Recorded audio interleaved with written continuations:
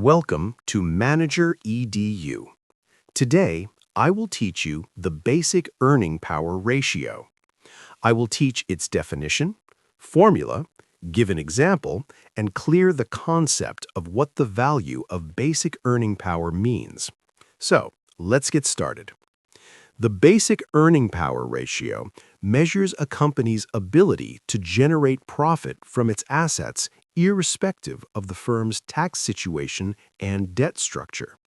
In simple terms, it compares all of the company's assets, like cash, accounts receivable, inventory, buildings, plants, vehicles, and intangible assets, with its earnings before interest and taxes. Here, we do not deduct taxes and interest before calculating the ratio. We use EBIT, which is earnings before interest and taxes, to see how well the assets are performing on their own. If the basic earning power ratio value is higher, it is a good sign for the company, because it means the company is generating strong profits from its assets. If it is lower, it is not a good sign, as it indicates the company is not using its assets effectively to generate earnings. Let's understand its formula. The basic earning power ratio equals earnings before interest and taxes divided by total assets of the company. Now, let's express this in an example.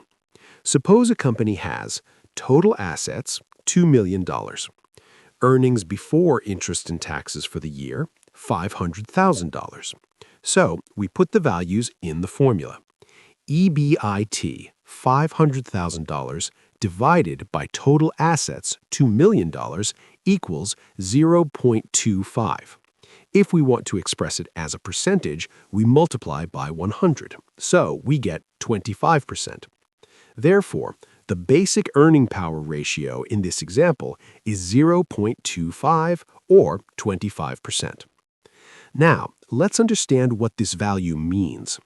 In the above example, a basic earning power ratio of 25% means that for every $1 of total assets the company owns, it generates 25 cents in operating profit before interest and taxes.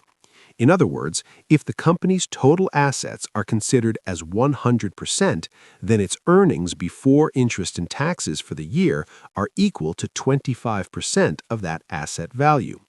Simply put, the company earned a profit equal to 25% of its total asset value for the year. This shows how efficiently the company is using its assets to generate operating profits. It was pretty easy to understand.